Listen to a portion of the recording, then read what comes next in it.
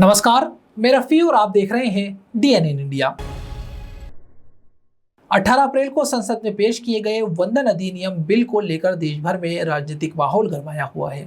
इस बिल पर मतदान के दौरान विपक्ष द्वारा विरोध जताने और समर्थन में कमी आने के बाद राजनीतिक दलों के बीच आरोप प्रत्यारोप का दौर तेज हो गया। इसी क्रम में भारतीय जनता पार्टी ने विपक्ष खासकर कांग्रेस पर महिलाओं के अधिकारों की अनदेखी करने का आरोप लगाया। 18 अप्रैल को संसद में पेश किए गए वंदन अधिनियम बिल को लेकर देश भर में राजनीतिक माहौल गरमाया हुआ है। इस बिल पर मतदान के दौरान विपक्ष द्वारा विरोध जताने और समर्थन में कमी आने के बाद राजनीतिक दलों के बीच आरोप प्रत्यारोप का दौर तेज हो गया। इसी क्रम में भारतीय जनता पार्टी भाजपा ने विपक्ष खासकर कांग्रेस पर महिलाओं के अधिकारों की अनदेखी करने का आरोप लगाया है। गुरुवार को अजमेर में भाजपा कार्यकर्ताओं और महिला मोर्चा की सदस्यों ने कलेक्ट्रेट के बाहर जोरदार विरोध प्रदर्शन किया। इस दौरान महिलाओं ने विपक्ष का पुतला जलाकर अपना आक्रोश व्यक्त किया। प्रदर्शन में बड़ी संख्या में महिला कार्यकर्ताओं की भागीदारी देखने को मिली। प्रदर्शन के दौरान भाजपा पदाधिकारियों और महिला मोर्चा की कार्यकर्ताओं ने आरोप लगाया कि विपक्ष और कांग्रेस ने इस बिल का विरोध कर महिलाओं का अपमान किया है। उनका कहना था कि यह बिल महिलाओं के सशक्तिकरण से जुड़ा है और इसका विरोध करना महिलाओं के अधिकारों को कमजोर करना है। भाजपा नेताओं ने केंद्र सरकार द्वारा महिलाओं के लिए चलाई जा रही विभिन्न योजनाओं का भी जिक्र किया। उन्होंने बताया कि सरकार ने महिलाओं के जीवन स्तर को सुधारने के लिए कई अहम कदम उठाए हैं और केंद्र सरकार की योजनाओं को गिनाते हुए भाजपा ने दावा किया कि उनकी सरकार महिलाओं के हितों के प्रति पूरी तरह समर्पित है। प्रदर्शन के अंत में भाजपा पदाधिकारियों ने कहा कि अब जनता समझ चुकी है कि कौन सी सरकार महिलाओं के हित में काम कर रही है और कौन नहीं। उन्होंने विश्वास जताया कि आने वाले समय में जनता इस मुद्दे पर अपना स्पष्ट निर्णय देगी। प्रकार से हमारे इस देश की आधी आबादी और जिस देश में कहा जाता है कि नारी की पूजा की जाती है, उस देश में एक लंबे दशकों तक हमारी मातृशक्ति को जिस प्रकार से अधिकार प्राप्त नहीं हुआ, और राजनीतिक क्षेत्र के अंदर मैं बात करूं कि संविधान के अंदर जिस प्रकार से जो अधिकार प्रत्येक को समान भाव के दिए गए, लेकिन नारी शक्ति को एक लंबे दशकों तक कांग्रेस पार्टी ने इस राजनीति में प्रतिष्ठा के दृष्टि से उनको बहुत दूर रखा।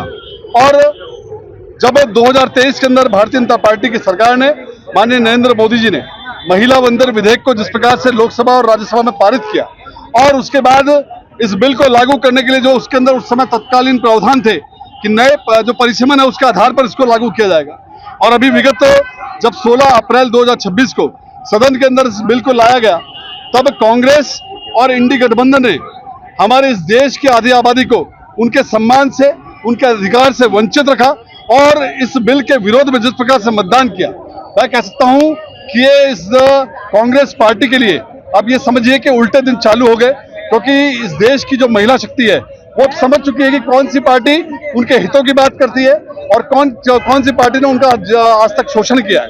आज 70 वर्षों के अंदर वो महिलाओं को शौचालय की सुविधा उपलब्ध नहीं करा पाए। वहाँ जो चूल्हे पर जो हमारी ग्रामीण महिलाएं जिस प्रकार से रोटी बनाया करती थी, उनको घर तक सिलेंडर नहीं पहुंचा पाए। माननीय प्रधानमंत्री मोदी जी के आने के बाद 2014 के बाद जिस प्रकार से मैं कह सकता हूँ कि हर घर शौचालय के माध्यम से प्रत्येक घर में शौचालय बनाए गए, प्रत्येक घर तक उज्ज्वला सिलेंडर जो है पहुंचा गया, हर घर के अंदर जिस प्रकार से जल जीवन मिशन के तहत पानी पहुंचा गया, नारी शक्ति को जिस प्रकार से उत्थान के लिए लगातार काम किया, और अब इस देश के अंदर सदन के अंदर हमारी बहनें बैठे, माताएं बैठे और वो खुद जो है नीति नियंता बने, वो नीति निर्माता बने, इसका जो प्रयास हमारी पार्टी ने किया, उस पार्टी पर कांग्रेस ने जिस प्रकार से पानी फेरा है, उसके खिलाफ जो मतदान किया है, आज हमारे अजमेर की बहनों ने जो है एक जबरदस्त आक्रोश यहाँ किया और एक दशानंद का पुतला बनाया, जिसके अंदर राजस्थान के जिन कांग्रेसी सांसदों ने इस बिल के विरोध में मतदान किया, उस दशानंद का यहाँ पर जो है उसका पुतला फूंक करके हमने यहाँ पर जो है अपना विरोध प्रदर्शित कराया है। और आने वाले समय में भी कांग्रेस के खिलाफ लगातार इस प्रकार का जो है जो हम अब लगातार मोर्चा खोलते रहेंगे, और हमें पूरा विश्वास है, माता बहन को विश्वास है कि जब तक नरेंद्र मोदी जी इस देश में है, ये नियम लागू होगा, ये बिल लागू होगा और महिलाओं को उनका पूरा अधिकार मिलेगा, सम्मान मिलेगा। आज हमारे यहाँ पर जिस प्रकार आपको पता होगा कि 18 अप्रैल को जो कि एक बिल संशोधन होना था, इस बिल के माध्यम से हम सभी के ख्वाब थे, सभी के जो सपने थे जो चकनाचूर हो गए। इस बिल के माध्यम से सबने सजोए थे कि आज हम आरक्षण जब पास होता 33% तो महिलाएं अपना राजनीतिक क्षेत्र में भी अपना सिक्का आजमाती और उनके लिए राजनीतिक क्षेत्र के द्वार खुले रहते। परंतु आज देखिए इस कांग्रेस की सरकार का दूसरा मुखौटा किस प्रकार उतरा। राहुल गांधी और एनडीए सरकार ने, इस कांग्रेस की सरकार ने इस बिल को आरक्षित होने से पहले ही खत्म कर दिया, लेकिन वो नहीं जानते कि हम महिलाएं हैं और जब अपनी शक्ति दिखाती हैं तो इस प्रकार रावण का पुतला दहन किया जाता है। देश में आधी आबादी का नेतृत्व कर रही महिलाओं के सम्मान के अंदर एक और जब भारतीय जनता पार्टी ने नारी वंदन अधिनियम को देश के सर्वोच्च और निम्न सदन के अंदर रख करके उनको उनके अधिकारों को दिलाने का काम किया, वहीं दूसरी ओर कांग्रेस पार्टी और उनके सहयोगी एनडी गठबंधन के लोगों ने उस विधेयक के खिलाफ में जिस प्रकार से वोट कास्ट किया, उसके विरोध के अंदर आज भारतीय जनता पार्टी शहर जिला अजमेर के नेतृत्व में युवा मोर्चा और महिला मोर्चा के आह्वान पर आज पूरी भारतीय जनता पार्टी की इकाई ने कलेक्ट्रेट पर पधार कर उस कांग्रेस के सांसदों का और उन तमाम एनडीए के सांसदों का पुतला जलाने का काम किया है और विरोध किया है कि आज तुम आधी आबादी का विरोध कर रहे हो, कल यही आधी आबादी तुम्हारा विरोध करेगी और आने वाले समय के अंदर ये महिलाएं कांग्रेस सही एनडीए गठबंधन को मुंहतोड़ जवाब देगी और भारतीय जनता पार्टी ने जो नारी शक्ति को सम्मान। हजरत ख्वाजा मोइनुद्दीन हसन चिश्ती की दरगाह में उस समय हड़कंप मच गया जब एक श्वान अचानक दरगाह परिसर में घुस आया। पवित्र स्थल पर श्वान के प्रवेश से जायरीनों में अफरा तफरी का माहौल बन गया और लोग इधर उधर हटने लगे। ख्वाजा मोइनुद्दीन हसन चिश्ती की दरगाह में उस समय हड़कंप मच गया जब एक श्वान अचानक दरगाह परिसर में आ घुसा। पवित्र स्थल पर श्वान के प्रवेश से जायरीन में अफरा तफरी का माहौल बन गया और लोग इधर उधर हटने लगे। प्रत्यक्षदर्शियों के अनुसार श्वान काफी देर तक दरगाह परिसर में उधर उधर भागता रहा, जिससे वहां मौजूद जायरीन असहज हो गए। मौके पर तैनात पुलिसकर्मियों ने तत्परता दिखाते हुए उसे पकड़ने की कोशिश की, लेकिन काफी मशक्कत के बाद ही श्वान को काबू में कर दरगाह परिसर से बाहर निकाला जा सका। घटना के बाद दरगाह से जुड़े खादिमों ने कड़ा विरोध जताया। उन्होंने कहा कि इस तरह की घटनाएं पहली बार नहीं हुई है, बल्कि पूर्व में भी कई बार ऐसी लापरवाही सामने आ चुकी है। इसके बावजूद दरगाह कमेटी और नाजिम द्वारा कर्मचारियों के खिलाफ कोई ठोस कार्यवाही नहीं की गई। खादिमों ने आरोप लगाया कि दरगाह की व्यवस्थाएं संभाल रही कमेटी की लापरवाही के कारण ही इस तरह के मामले सामने आ रहे हैं। उनका कहना है कि दरगाह परिसर के सभी प्रवेश द्वारों पर पर्याप्त कर्मचारियों की तैनाती नहीं होने से बाहरी जानवर अंदर प्रवेश कर जाते हैं, जिससे पवित्रता और सुरक्षा दोनों प्रभावित हो रही है। खादिमों ने मांग की है कि दरगाह परिसर के सभी गेटों पर अतिरिक्त कर्मचारियों की तैनाती की जाए और निगरानी व्यवस्था को सख्त किया जाए, ताकि भविष्य में इस तरह की घटनाओं की पुनरावृत्ति ना हो और जायरीन को सुरक्षित व व्यवस्थित माहौल मिल सके। तो इंतजामी का हाल आप अपनी आंखों से देख सकते हैं। दरगाह शरीफ के अंदर में आए दिनों कुत्ता घुसने की वारदातें होती रहती है। गेट के ऊपर में से हर कोई बेड चेकिंग गुजरता रहता है। इसके अंदर में कोई चेकिंग नहीं होती है, कोई देखभाल नहीं होती है। दरगाह शरीफ के गेटों के ऊपर में चपरासी नदारत है। इसका खास खुलासा आपके कैमरे के माध्यम से देखा जा सकता है। दरगाह प्रशासन इस मामले के अंदर में एकदम शुभ्य है। कहीं भी इंतजाम के नाम पे चपरासियों की ड्यूटी देखने को नहीं मिलेगी। चपरासी कहीं भी आपको नजर नहीं आएंगे, चाहे वो जानवर हो या कुत्ता हो, कोई भी हो, किसी तरह से घुस जाता है, उसके पीछे पब्लिक दौड़ती रहती है। आज आप अपनी आंखों से देखेंगे, कैमरे के माध्यम से देखेंगे कि कुत्ता किस तरह से दौड़ लगाता रहा, दौड़ लगाते हुए पूरी दरगाह के अंदर में घूमता रहा और चपरासियों का कहीं भी इंतजाम नहीं है। सिर्फ एक सफाई वाला मात्र इसको भगाने के अंदर में सफल दिख रहा है। ये कुत्ता कौन से गेट से आया, इसकी तो पूरी जानकारी अभी फिलहाल नहीं मिल पाई है। जिस समय साहब बहरहाल ये है कि कुत्ता दौड़ता भागता दिख रहा है, जो करबला तक दौड़ता रहा और लोगों के ऊपर में चढ़ता रहा, फिर एक जगह बैठा हुआ दिखेगा आपको। इसको पकड़ने के अंदर में सफल रहे चपरासी। देखेंगे आप कि दरगाह शरीफ के अंदर में कभी भी रमजान जैसी स्थिति के अंदर में कुत्ता घुस गया था, उसके बाद में भी दरगाह कमेटी, दरगाह नाजिम ने इसके ऊपर में कोई एक्शन नहीं लिया है। चपरासियों के ऊपर में कोई सख्ती नहीं करी है, गेटों के ऊपर में सख्ती नहीं है। गेटों से देगे खाने की चली आती है, कहीं भी लाइन लगा के खाना तकसीम कर दिया जाता है। कल भी 10 नंबर गेट से खाने की देग आई और गेट के बाहर ही लाइन लगाकर बांटने लगे। उसके बाद में मस्जिद का जो सफाई करने वाला कर्मचारी है हबीब उसने आके देश को बाहर निकलाया और बाहर निकलाकर उसको पाबंद किया। आज में 9 बजे 10 नंबर गेट से कुत्ता घुसा, जो कि पूरे गंगा परिसर में घुसा हुआ नजर आया। और ये जो इस तरीके की वारदात हुई कुत्ता घुसा है, तो इसके अंदर जो लोग थे और प्रशासन के भी वहाँ पे उनके भी लोग वहाँ लगे हुए हैं, तो ये होने के बावजूद भी वो कुत्ता अंदर, तो ये काफी लापरवाही है कमेटी के कर्मचारियों की भी और जो वहाँ पे तैनात कर्मी है उनको भी थोड़ा ध्यान देना चाहिए था। इस तरीके से ऐसा काफी लोगों को नफा हम ये चाहते हैं कि जो ये जो है बंद कर दिया जाए, ताकि इस तरह से दोबारा कोई घटना ना हो। हमारा कुछ है आजू-बाजू यहाँ रुकते एक छोटे से ब्रेक के लिए, जल्द हाजिर होंगे खबरों के नए सफर के साथ।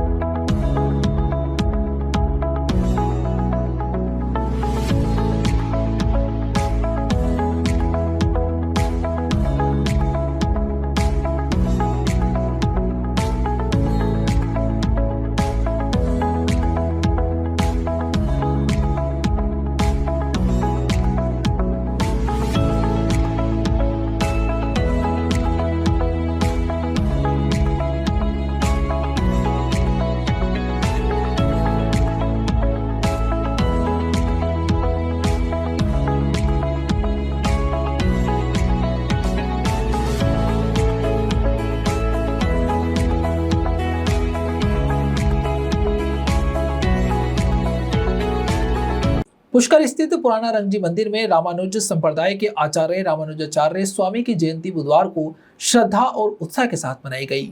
तीर्थनगरी पुष्कर स्थित पुराना रंगजी मंदिर में रामानुज संप्रदाय के आचार्य रामानुजाचार्य स्वामी की जयंती श्रद्धा और उत्साह के साथ मनाई गई। इस अवसर पर मंदिर परिसर में दिन भर विभिन्न धार्मिक अनुष्ठानों और कार्यक्रमों का आयोजन हुआ, जिसमें बड़ी संख्या में श्रद्धालुओं ने भाग लिया।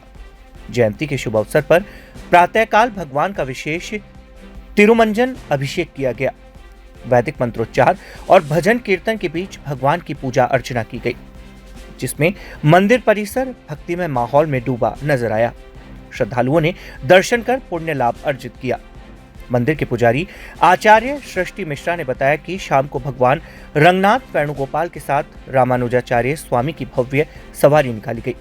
इस दौरान भगवान रंगनाथ भूदेवी और श्रीदेवी के साथ रथ पर विराजमान थे, जबकि रामानुजाचार्य स्वामी मंगलगिरी पालकी में सवार रहे। सवारी मंदिर से गाजे बाजे के साथ रवाना होकर वराहा घाट, बद्री घाट और होलिका चौक सहित विभिन्न प्रमुख रास्तों से होती हुई नगर भ्रमण पर निकली। श्रद्धालुओं ने मार्ग में जगह जगह भगवान की आरती कर स्वागत किया। सवारी के दर्शन के लिए लोगों की भारी भीड़ उमड़ पड़ी और पूरे शहर में उत्सव का माहौल बन गया। नगर भ्रमण के बाद सवारी पुनः मंदिर पहुंची, जहां विधिवत अर्चना और आरती के बाद श्रद्धालुओं को प्रसाद का वितरण किया गया। इस दौरान धर्म प्रेमियों में विशेष उत्साह देखने को मिला। इस आयोजन के साथ ही पिछले 10 दिनों से चल रहा रामानुजाचार्य जयंती महोत्सव भी संपन्न हो गया। अंत में मंदिर के सत्यनारायण मिश्रा एवं आशुतोष शर्मा द्वारा श्रद्धालुओं को प्रसाद का वितरण किया गया और सभी के लिए मंगल कामना की गई। जय श्रीमन्नारायण, श्रीमती रामानुजाय नमः। ये वेणुगोपाल रंगनाथ मंदिर पुराना है जो पुष्कर में विराजमान है। आज रामानुजाचार्य का 109वां जन्मोत्सव है। 109वां जन्मोत्सव है। 108 हो चुका है और रामानुजाचार्य भगवान लक्ष्मण के अवतार मनाए जाते हैं, इसलिए इन लोगों की जयंती मनाना चाहिए। आजकल यूट्यूब और बहुत सारे सोशल मीडिया पे आते हैं, जयंती नहीं जन्मोत्सव बनाओ, जन्मोत्सव नहीं जयंती मनाओ। भैया जिसके जय का अंत नहीं हो उसका जयंती मनाना चाहिए, और जिसका जन्म हो उसका जन्मोत्सव मनाना चाहिए। और ये अजन्मा है, भगवान अजन्मा है, ये जन्म नहीं लेते हैं, ये अवतरित होते हैं, इसीलिए इनका महोत्सव मनाते हैं। तो आज रामानुजाचार्य का 109वां जन्म महोत्सव है। आज भगवान भूदेवी श्रीदेवी के साथ नगर भ्रमण करेंगे और रामानुजाचार्य उनको दर्शन देते हुए, भगवान रामानुजाचार्य को दर्शन देते हुए चलेंगे। इसीलिए कहीं कहीं कहा गया कि भगवान सीधे चलेंगे और रामानुजाचार्य उल्टे रास्ते से प्रवाह होंगे।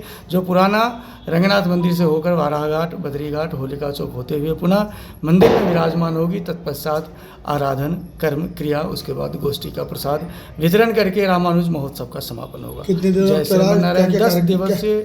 10 दिवसीय उत्सव था। प्रत्येक दिन रामानुजाचार्य का महाअभिषेक किया गया है और आज 10वां दिन है, इसलिए महोत्सव 10वें दिन महोत्सव मनाते हैं। ऐसा पांचरात्र आगम के अनुसार जिन भगवान का महोत्सव आते हैं उससे 9 दिन पहले उत्सव मनाना प्रारंभ करते हैं, अर्थात धूमधाम तैयारी करना शुरू कर देते हैं कि समय तो लगता ही है।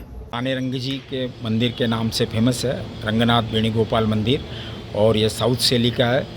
साउथ ही हमारे पुजारी वगैरह हैं, और पूरी जो तिरुपति बालाजी की जो पूजा पद्धति है वो पूजा पद्धति हमारे मंदिर में ही वही लागू होती है। और आज किसकी सवारी निकली? आज हमारे रामानुज जयंती है, जो हर वर्ष की भांति इस वर्ष भी हर साल हम मनाते हैं, और रामानुज स्वामी जी की आज सवारी निकालेंगे। भगवान रंगनाथ के साथ रामानुज स्वामी जी निकलेंगे। भगवान रंगनाथ के दर्शन करते हुए हम बाकायदा सवारी बाजार में नगर परिक्रमा करती हुई वापस मंदिर पधारेगी। कहाँ से कहाँ तक निकलेगी?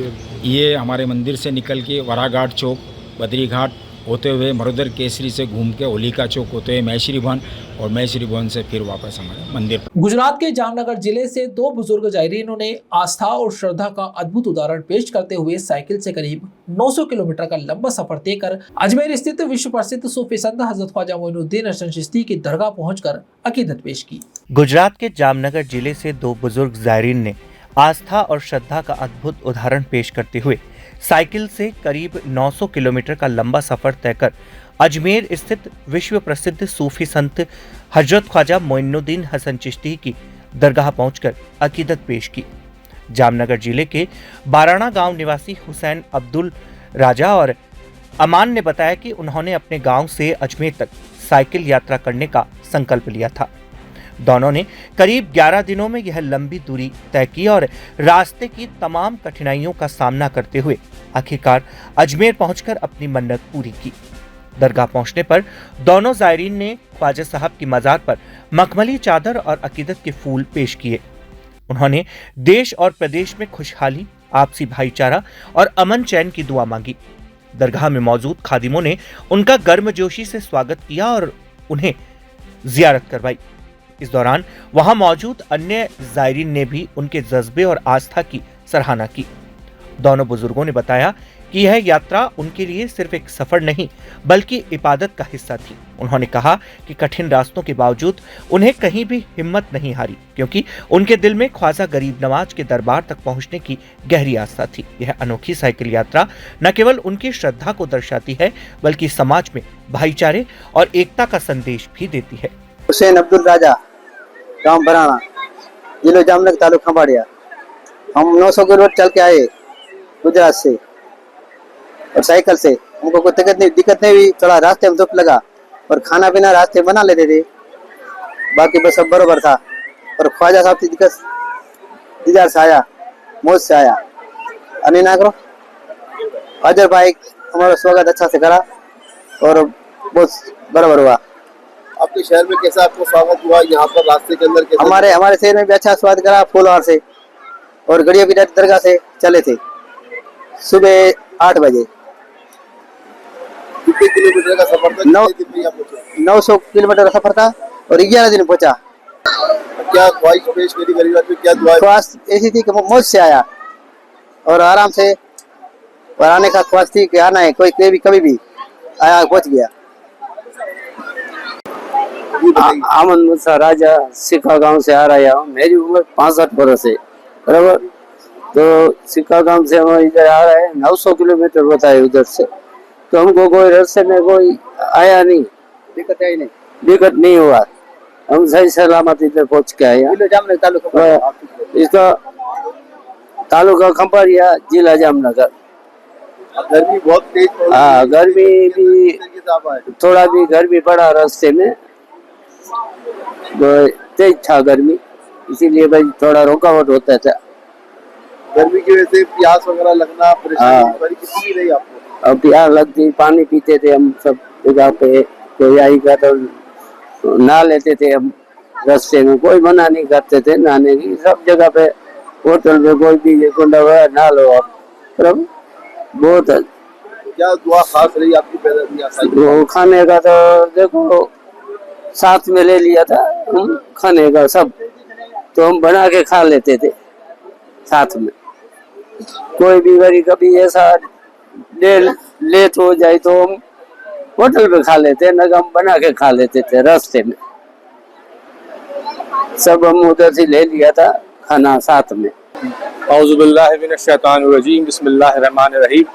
मैं सैयद अज़हरुद्दीन चिश्ती नियाज़ी, बारगाह हुज़ूर ख्वाजा गरीब नवाज़ रहमतुल्लाह अलैह से, और ये हुसैन भाई गुजरात से, अमन भाई ये चलकर ये साइकिल से 900 किलोमीटर का सफ़र तय करके 11 दिन में यहाँ पहुँचे। और गरीब नवाज़ इनकी हाज़िरी को कबूल फरमाए, और ये जो कुछ भी नजराने अक़ीदत के तोहफ़े अपनी बारगाह में, गरीब नवाज़ की बारगाह में मोहब्बत के साथ, खुलूस के साथ पेश करने आए। गरीब नवाज़ इनकी बारगाह, इनके तोहफ़ों को अपनी बारगाह में कबूल फरमाए, और जितने भी आप बारगाह में हाजिर हैं सच्चे दिल से उन सबकी भी दुआएं कबूल और मकबूल हो जाए, और सरकार इन्हें अपनी बारगाह। यहाँ रुकते एक छोटे से ब्रेक के लिए, जल्द हाजिर होंगे खबरों के नए सफर के साथ।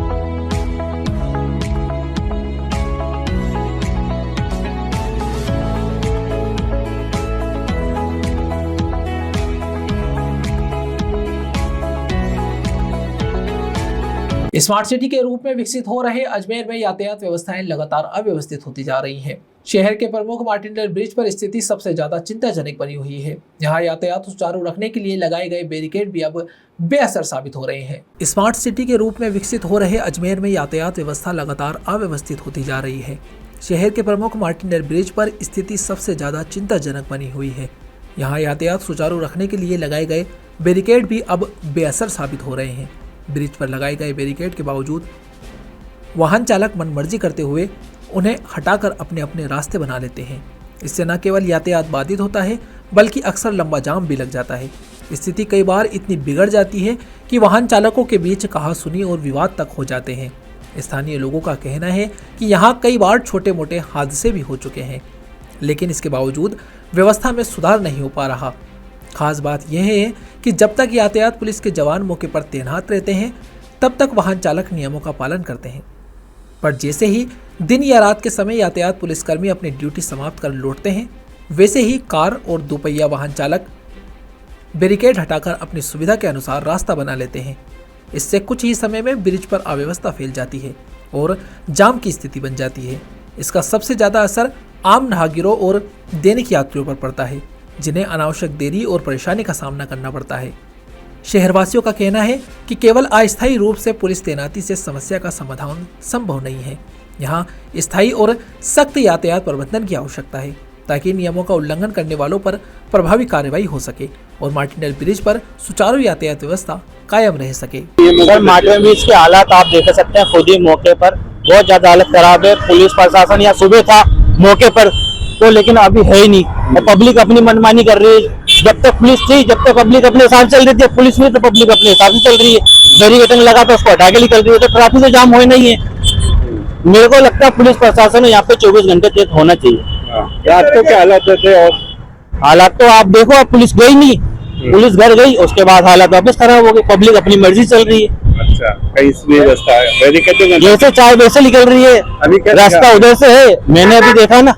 क्या देखा? अभी पुलिस अभी पब्लिक अपने आप से हिसाब से बैरिकेडिंग लगा हुआ है, जबकि रास्ता उधर से उतर के नीचे आने का है, लेकिन पब्लिक जरा सा रास्ता हटा, पब्लिक उधर से निकल गई। अगर कोई हादसा हो जाए तो फिर हादसा हो जाए तो भाई पुलिस अगर हो और अगर अपनी सख्ती से नियम पालन नहीं कर रही है तो उसमें पुलिस की गलती है, और पुलिस नहीं है, पब्लिक अपने हिसाब से पब्लिक। पंचशील स्थित सदगुरु इंटरनेशनल स्कूल में सत्र 2025-26 के 10वीं कक्षा के विद्यार्थियों के उत्कृष्ट परिणाम के उपलक्ष्य में सम्मान समारोह का आयोजन किया गया। इस अवसर पर 90% से अधिक अंक लाने वाले 7 मेधावी छात्रों को विद्यालय की ओर से प्रमाण पत्र एवं स्मृति चिन्ह भेंट कर सम्मानित किया गया। अजमेर के पंचशील नगर स्थित सदगुरु इंटरनेशनल स्कूल में सत्र 2025-2026 के 10वीं कक्षा के विद्यार्थियों के उत्कृष्ट परीक्षा परिणाम के उपलक्ष्य में सम्मान समारोह का आयोजन किया गया। इस अवसर पर 90% से अधिक अंक प्राप्त करने वाले 7 मेधावी छात्रों को विद्यालय की ओर से प्रमाण पत्र एवं स्मृति चिन्ह भेंट कर सम्मानित किया गया। सम्मानित सभी विद्यार्थियों ने अपनी सफलता का श्रेय अपने शिक्षकों और अभिभावकों को दिया। वहीं अभिभावकों ने भी विद्यालय प्रबंधन और शिक्षकों का आभार जताते हुए कहा कि बच्चों की सफलता में शिक्षकों की महत्वपूर्ण भूमिका रही है। विद्यालय प्राचार्य ने सभी छात्रों को सम्मानित करते हुए उन्हें भविष्य में भी अपने लक्ष्य की ओर निरंतर आगे बढ़ने के लिए प्रेरित किया। साथ ही 10वीं कक्षा के उन शिक्षकों को भी सम्मानित किया गया जिन्होंने विद्यार्थियों के उत्कृष्ट परिणाम में अहम योगदान दिया। इस अवसर पर विद्यालय के डायरेक्टर, ज्वाइंट सेक्रेटरी, मुख्य एकेडमिक प्रमुख, प्रधानाचार्य एवं एडमिन हेड सहित अन्य स्टाफ सदस्य उपस्थित रहे। उल्लेखनीय है कि विद्यालय का 10वीं कक्षा का परिणाम लगातार दूसरे वर्ष भी 100% रहा, जो संस्था के लिए गौरव की बात है। इसी अवसर पर विद्यालय में पेरेंट्स कनेक्ट प्रोग्राम का भी आयोजन किया गया, जिसका उद्देश्य अभिभावकों और शिक्षकों के बीच बेहतर संवाद स्थापित करना रहा। कार्यक्रम के दौरान विद्यार्थियों की शैक्षणिक प्रगति, उपलब्धियों एवं सुधार के क्षेत्र पर विस्तार से चर्चा की गई। अभिभावकों ने अपने सुझाव और विचार साझा किए, जिससे शिक्षा प्रणाली को और सुदृढ़ बनाने के लिए नए आयाम सामने आए। कार्यक्रम में विद्यार्थियों द्वारा प्रस्तुत सांस्कृतिक कार्यक्रमों ने भी सभी का मन मोह लिया। अंत में विद्यालय प्रबंधन ने अभिभावकों के सहयोग के लिए आभार व्यक्त करते हुए भविष्य में भी ऐसे आयोजन के माध्यम से सहभागिता बनाए रखने का आश्वासन दिया। राष्ट्रगान के साथ कार्यक्रम का समापन हुआ। मेरा और स्कूल का, मेरी तरफ से और स्कूल की तरफ से यही कहना होता है कि उनकी शिक्षा और संस्कार दोनों ही अच्छे होने चाहिए। शिक्षा बच्चों को गिरने नहीं देती है और संस्कार बच्चों को गिराती नहीं है, हमेशा ऊंचा उठाते हैं। और ये दोनों चीज़ें मिली है इंटरनेशनल स्कूल सतगुरु से। हम सतगुरु में पहले ये रेयान में पढ़ती थी, तो वहाँ भी पढ़ाई ठीक थी, लेकिन हमने यहाँ का सुना तो फिर यहाँ एडमिशन दिलाया इसको। और यहाँ के टीचर्स ने देखिए एक्स्ट्रा क्लास स्कूल के बाद, जैसे कोई इन्होंने पिकनिक स्पॉट बना दिया उस पढ़ाई को। बुलाते थे और पेपर कराते थे, नाश्ता कराते थे, बच्चों का इंडिविजुअली ध्यान रखते थे सभी बच्चों का। और देखो कितनी बड़ी बात है कि बहुत सारे बच्चों ने 90 से अबव अंक प्राप्त किए, 90% से। और उसमें से एक ओमकारा चौधरी है जिसने टॉप किया है स्कूल को भी और शायद अजमेर को भी। तो मेरी सबको यही आशीर्वाद है कि अपने संस्कार और शिक्षा के साथ जुड़े रहें। और सब टीचर का धन्यवाद। खबरों के सफर में अभी सिर्फ इतना ही, फिर हाजिर होंगे खबरों के नए सफर के साथ। तब तक के लिए दीजिए इजाजत। नमस्कार।